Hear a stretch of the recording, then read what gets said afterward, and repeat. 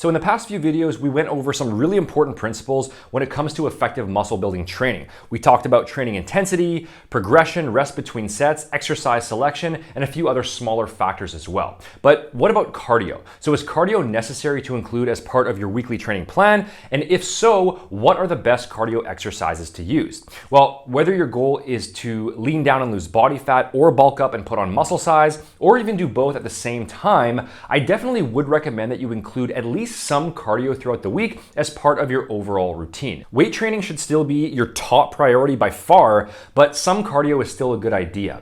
Now, technically speaking, cardio is not a must when it comes to losing fat, since your entire calorie deficit can be created just through your diet alone if you really wanted to go that route. However, cardio can still help out as an extra calorie burning tool, and even more importantly than that, fat loss aside, cardio is just something that you should be doing for your overall health in general. It'll improve your cardiovascular conditioning, your mental well-being, sleep quality, nutrient partitioning, and low intensity forms of cardio can even improve recovery in between weight training workouts.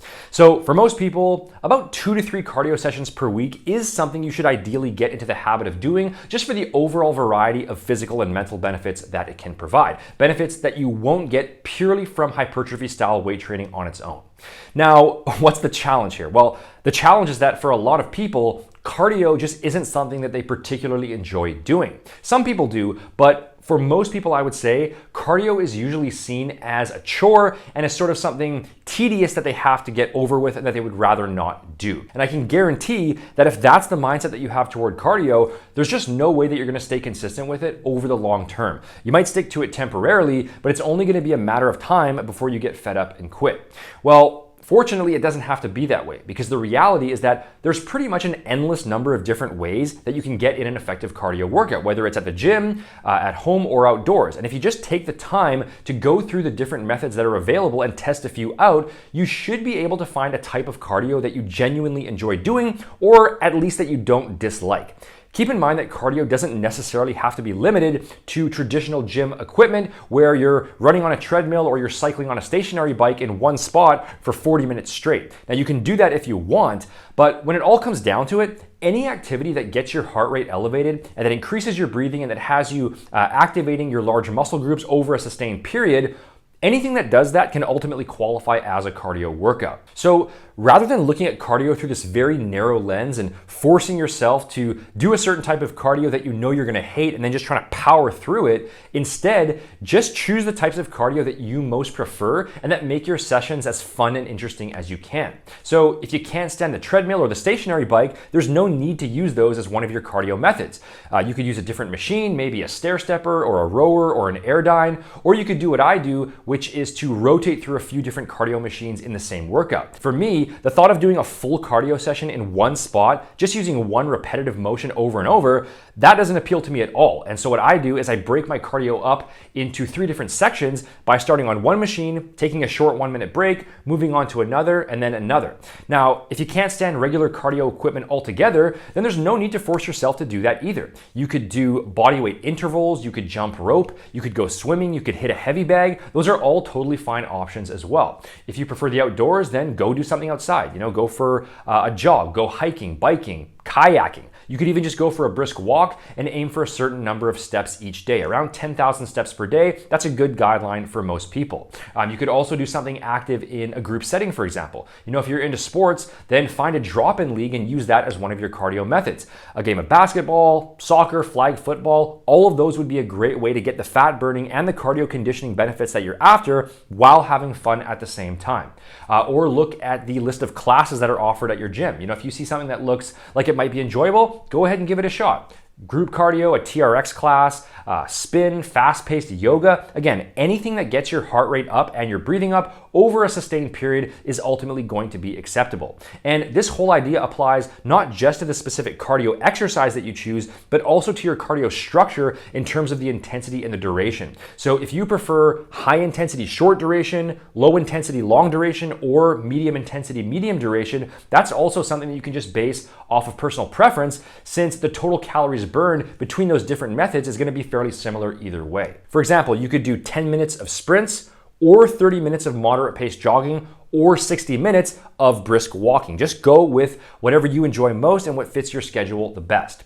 The only point that I would make on that is that when it comes to the shorter duration HIIT style cardio, the very high intensity stuff, I would recommend limiting that to no more than twice per week because it is fairly demanding on the body, and doing too much of that form of cardio can interfere with weight training recovery. Now, obviously there will be slight differences in overall calorie expenditure between different methods, but the overall variance is going to be negligible enough to where it likely isn't going to make much difference in the grand scheme of things. And besides, would you rather burn a few percent extra calories while performing a type of cardio that you can't stand, or do something that is, at the very worst, only slightly less effective, but that you actually enjoy doing? I think the answer is pretty obvious there. Now, the one caveat here is that if you're someone who is looking to fully optimize their body composition and strength levels, you'll obviously want to choose cardio exercises that don't measurably interfere with your recovery in between weight training workouts. It wouldn't be wise, for example, to go rock climbing immediately before or after a back workout if you wanted to execute your chin-ups and your pull downs using maximum strength. Or if you were training chest and triceps in the next 24 hours, then repetitive punching on a heavy bag, that wouldn't be the smartest plan. If you were on the first day or two of recovery from exhaustive squats and leg presses, then doing explosive plyometrics or sprint intervals, that probably wouldn't be ideal. You get the idea here. Just use some proper planning and some common sense to make sure that the cardio exercises that you're doing don't heavily involve the muscles that you've just trained or that you are about to train. And that's also why you also never want to be doing a full cardio session immediately pre-workout, because weight training should always be given top priority, and you don't want to pre-exhaust your muscles before hitting the weights.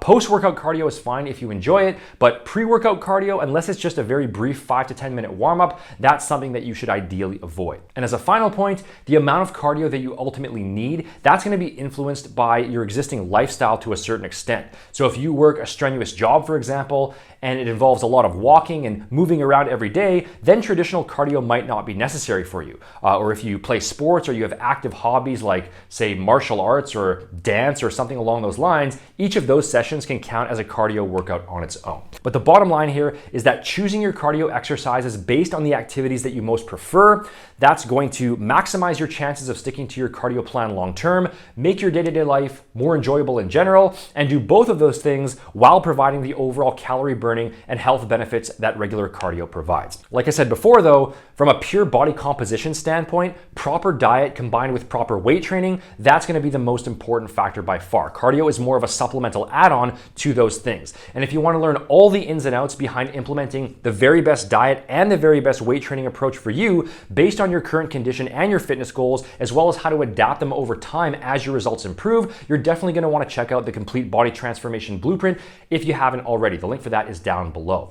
The custom plan that you're currently following is a good foundational starting approach, but to really take your physique up to the next level and set yourself up for months and even years of ongoing progress, the Blueprint is going to be the ideal program for that and provides all the tips and strategies that you need mapped out step by step. And along the same lines as what we talked about in today's video, the Blueprint isn't just about how to burn fat and build muscle, but also how to do it in a way that's sustainable over the long term. Okay, not slaving away to unnecessarily tedious methods and hitting the gym 6 days a week following some bland, boring starvation diet. I'll show you exactly how to see better physique transforming results than you've ever had, and while making it as fun and enjoyable as possible so that it just becomes automatic and something that you don't even need to think about doing. So make sure to click the link below to get your copy today. I guarantee that it's going to be the best investment you've ever made for your body and for your health. And if it isn't for any reason, the best part is that the Blueprint is backed by a full money back guarantee. If you're not 100% satisfied with the program or with the results that you get for any reason at all, just email me within 60 days and I'll refund your entire purchase on the spot, no questions asked. So you've really got nothing to lose by giving it a try.